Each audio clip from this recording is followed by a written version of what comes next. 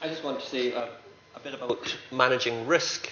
I'm talking about abuse of social media tools by employees in an organisation, using these tools in a way that the organisation simply doesn't like. And I guess most people in this audience have an idea of the kind of risks involved. Trade secrets might be leaked. Material that is protected by copyright might be copied without any permission. People might be defamed. And you'd be forgiven for wondering, well, how much of that stuff actually goes on? When was the last time that you heard a hot share tip from somebody doing insider dealing through Twitter? You know, me neither. How many times have you heard of a blogger getting their employee into trouble through something that they've been saying, and then getting into problems in the workplace? Well, I defy you to count the number of times on the fingers of more than one hand. But this stuff does go on. Forrester published a report last month, and they looked at companies across Europe, and they found some statistics. 16% of companies in Europe, in the course of 2007, saw confidential or sensitive information exposed on social networking sites. More than 1 in 10 publicly traded companies in the EU investigated exposure of their material financial information through blogs and message boards. Now, that's quite a lot of leakage. You don't necessarily hear about it, though. The company doesn't make any announcement about that. They don't want to draw attention to it.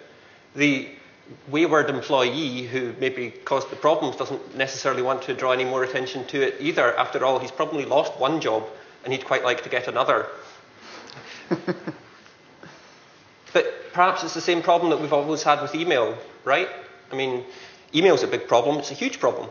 In the course of last year, companies in the UK, half of them sacked one or more employees for abuse of email. More than 3/4 of the companies in the UK in the course of last year disciplined employees for abuse of email. Same problem, right? Well, not quite. The thing is, companies are probably pretty good at dealing with the email problem. They probably have an email and internet use policy that was drawn up that says what's allowed and what's not allowed when you're using email. Probably also does a pretty fair job of telling you what is allowed with Web 1.0 type sites. Sites you can visit, sites that you're not allowed to visit. Doesn't necessarily deal with publishing online. And in an era when everyone can publish online, it's maybe time to brush up those policies. What's the solution? Do you ban Facebook? Well, no. For most organizations, probably not. It's a little bit draconian, probably unnecessary, could be counterproductive, and might be just downright silly. There are ways to deal with it, though. What you want to be looking at is when people are crossing the line, you want to have the ability to do something about it. You have to draw that line. You need a line to which you can point and say, you have crossed it. And when they have crossed that line, you need to be able to then discipline them. Get that policy right, it's dead easy to do. That policy can deal with what people are doing in their spare time. That may seem unfair. It's not. It's perfectly fair. If somebody on your payroll is abusing your reputation, you don't care what time of night they're doing it at. If I've got a suggestion, it would be go back to your offices. Not right now, obviously.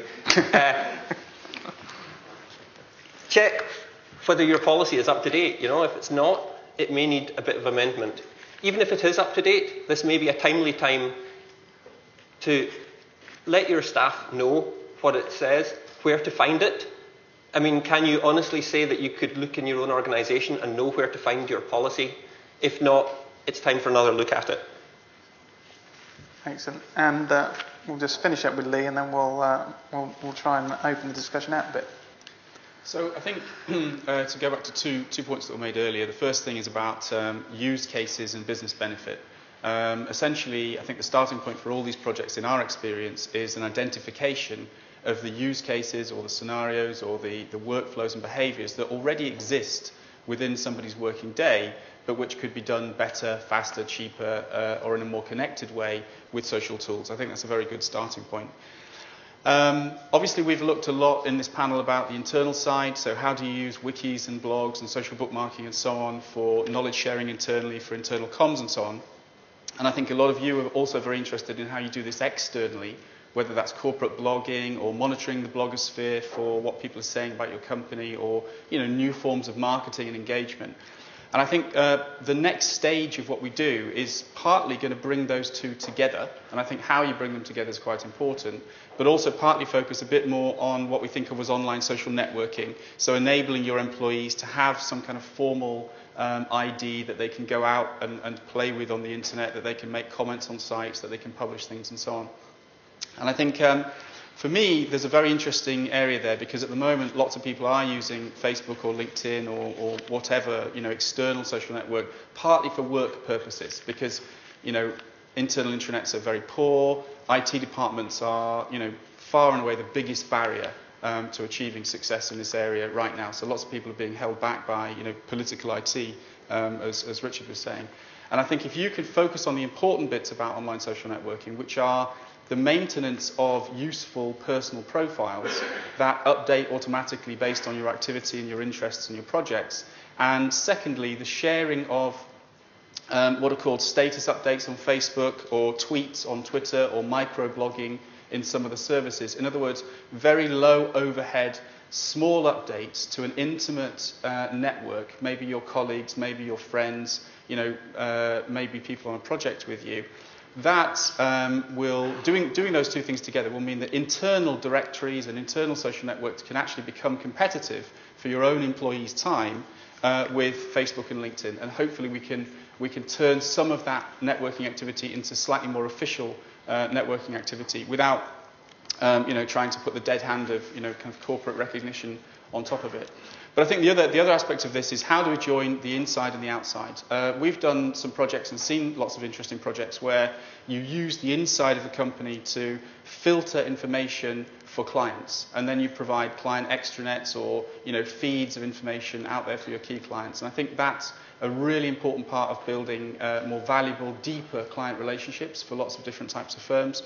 But I think also, if you're thinking about marketing and external activities, don't leave yourselves exposed on the edge of the company, talking the talk, whilst you spend most of your day using a 19th century intranet, or kind of, email tablets of stone to communicate. People that are engaging in the external engagement stuff, they need a base inside the company. So they need a wiki where they can put together marketing materials. They need a blog where they can discuss the campaign. They need to be learning themselves the culture of online social engagement in order to be able to successfully do that on the outside. So I think the division between purely internal enterprisey stuff and purely external marketing and engagement stuff will start to blur. And I think we'll do more and more projects in the next couple of years that join the two together in intelligent ways.